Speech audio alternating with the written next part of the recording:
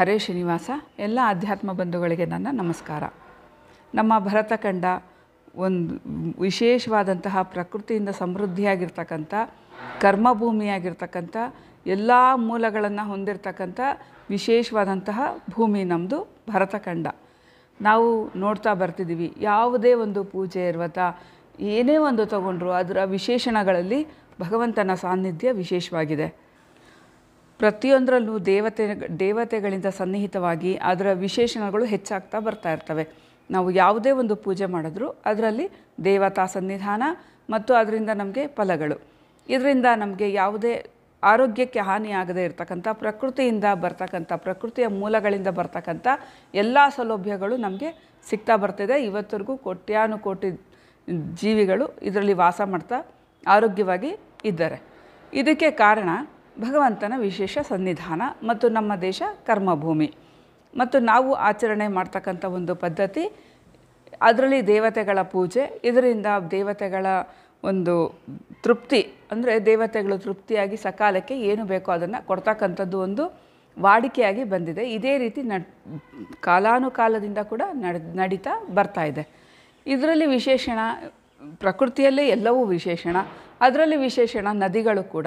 ಗಂಗಾದಿ ಸಕಲ ತೀರ್ಥಗಳು ನಮ್ಮ ದೇಶದಲ್ಲಿ ಎಲ್ಲ ಕಡೆ ಯಾವ ಯಾವ ಜಾಗದಲ್ಲಿ ಹೋದರೂ ನಮಗೆ ಅಲ್ಲಿ ಒಂದು ವಿಶೇಷಣ, ನದಿಗಳ ವಿಶೇಷಣ.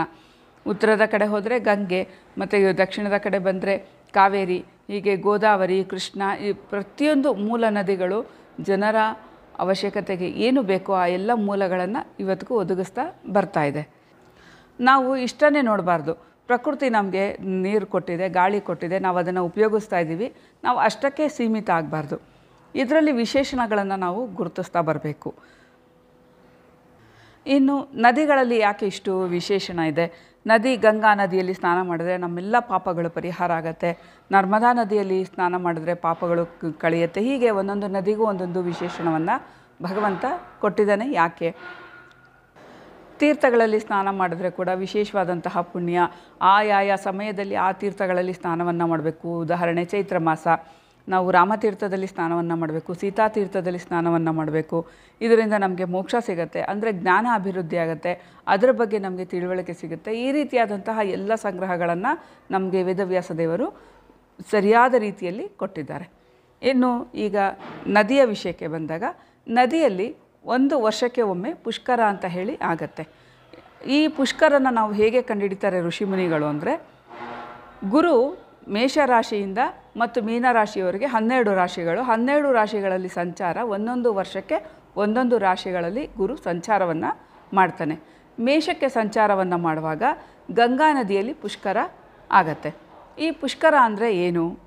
ಈ ಪುಷ್ಕರ ಸ್ನಾನದಲ್ಲಿ ಯಾಕೆ ಇಷ್ಟು ಮಹತ್ವ ಬಂದಿದೆ, ಯಾಕಿಷ್ಟು ವಿಶೇಷ ಅಂತ ನಾವು ನೋಡಿದಾಗ, ಸಾದರ್ತಿ ಕೋಟಿ ತೀರ್ಥ ಸಹಿತ, ಅಂದರೆ 3.5 ಕೋಟಿ ತೀರ್ಥಗಳಿಂದ ಸಹಿತನಾದಂತಹ ಪುಷ್ಕರ, ಅಂದರೆ ತೀರ್ಥರಾಜ ಪುಷ್ಕರ ಮತ್ತು ಸಕಲ ಮುನಿಗಳು, ದೇವತೆಗಳು ಆ ಸಮಯಕ್ಕೆ ಗುರು ಮೇಷರಾಶಿಗೆ ಬರ್ತಕ್ಕಂಥ ಆ ಸಮಯಕ್ಕೆ ಅಲ್ಲಿಗೆ ಬರ್ತಾರೆ, ಆ ತೀರ್ಥಕ್ಕೆ ಬರ್ತಾರೆ. ಯಾವ ನದಿಯಲ್ಲಿ ಪುಷ್ಕರ ಇರುತ್ತೆ ಅಂದರೆ, ಇವಾಗ ಗಂಗಾ ನದಿ ಮೇಷರಾಶಿಗೆ ಬಂದಾಗ ಗಂಗಾ ನದಿ, ಈಗ ವೃಷಭ ರಾಶಿಗೆ ಬರ್ತಿದ್ದಾನೆ, ಈಗ ನರ್ಮದಾ ನದಿ. ಮೇಷರಾಶಿಯಿಂದ ವೃಷಭ ರಾಶಿಗೆ ಬಂದ ತಕ್ಷಣ ಈ ನದಿಯಲ್ಲಿ ಪುಷ್ಕರನು 3.5 ಕೋಟಿ ತೀರ್ಥಗಳಿಂದ ಸಹಿತನಾಗಿ ಮತ್ತು ಸಕಲ ಋಷಿ ಮುನಿಗಳಿಂದ ಕೂಡಿ ಆ ನದಿಯಲ್ಲಿ ವಾಸವನ್ನು ಮಾಡ್ತಾನೆ. ಹಾಗಾಗಿ ಆ ನದಿಯಲ್ಲಿ ವಿಶೇಷವಾದಂತಹ ಶಕ್ತಿ ಬರುತ್ತೆ. ಮೊದಲೇ ತೀರ್ಥಾಭಿಮಾನಿ ದೇವತೆಗಳಿಂದ ನದಿಗಳಿಗೆ ಶಕ್ತಿ ಇರುತ್ತೆ. ಅದರ ಜೊತೆಗೆ ಗುರುವಿನ ಸನ್ನಿಧಾನದ ಸಮಯಕ್ಕೆ ಪುಷ್ಕರ 3.5 ಕೋಟಿ ತೀರ್ಥಗಳ ಜೊತೆ ಬರೋದರಿಂದ ವಿಶೇಷವಾದಂತಹ ಸನ್ನಿಧಾನ 12 ದಿನ ಇರುತ್ತೆ. ಒಂದು ವರ್ಷ ಪೂರ್ತಿ ಆ ನದಿಯಲ್ಲಿರುತ್ತೆ, ಆದರೆ ಮೊದಲ 12 ದಿನ ವಿಶೇಷವಾದಂತಹ ಶಕ್ತಿ ಆ ನದಿಯಲ್ಲಿ ಇರುತ್ತೆ. ಈ ಸಮಯಕ್ಕೆ ಆದಿಪುಷ್ಕರ ಅಂತ ಹೇಳಿ ಕರೀತಾರೆ. ಈ 12 ದಿನಕ್ಕೆ ಆದಿಪುಷ್ಕರ. ಈ ಸಮಯದಲ್ಲಿ ಯಾರ್ಯಾರು ಈ ಸ್ನಾನವನ್ನು ಈ ನದಿಯಲ್ಲಿ ಮಾಡ್ತಾರೆ, ದಾನವನ್ನು ಕೊಡ್ತಾರೆ, ಅವರಿಗೆ 60,000 ವರ್ಷ ಗಂಗೆಯಲ್ಲಿ ಸತತವಾಗಿ ಸ್ನಾನ ಮಾಡಿದ್ರೆ ಯಾವ ಪುಣ್ಯ ಬರುತ್ತೆ, ಆ ಪುಣ್ಯ ಈ ಪುಷ್ಕರದ ಸಮಯದಲ್ಲಿ 1 ದಿನ ಸ್ನಾನವನ್ನು ಮಾಡಿದ್ರೂ ಕೂಡ ಆ ಫಲ ಬರುತ್ತೆ. ಗುರು ಮೇಷರಾಶಿಯಲ್ಲಿ ಪ್ರವೇಶ ಮಾಡಿದಾಗ ಗಂಗಾ ನದಿಗೆ ಪುಷ್ಕರ ಬರ್ತಾನೆ. ವೃಷಭ ರಾಶಿಯಲ್ಲಿ ಪ್ರವೇಶ ಮಾಡಿದಾಗ ನರ್ಮದಾ ನದಿಗೆ ಪುಷ್ಕರ ಬರ್ತಾನೆ.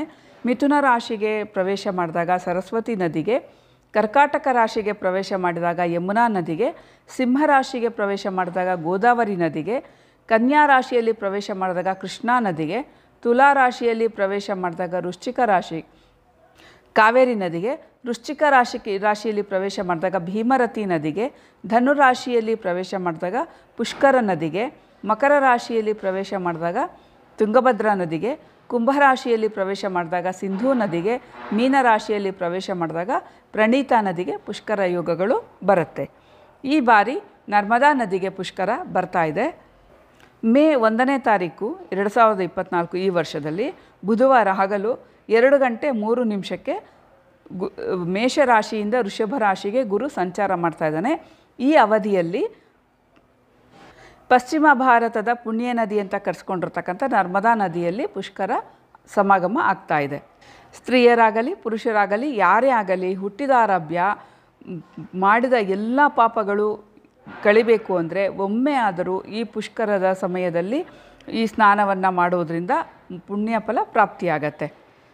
ಇನ್ನು ಈ 12 ದಿನ ಕಡೆ ದಿನ ಏನು ಬರುತ್ತೆ, 1ನೇ ತಾರೀಕಿಗೆ 12ನೇ ದಿನ ಕಡೆ ಆಗುತ್ತಲ್ಲ, ಆ 12 ದಿನ ಅಂತ್ಯ ಪುಷ್ಕರಣಿ ಅಂತ ಹೇಳಿ ಕರೀತಾರೆ, ಅಂತ್ಯ ಪುಷ್ಕರ ಅಂತ ಹೇಳಿ.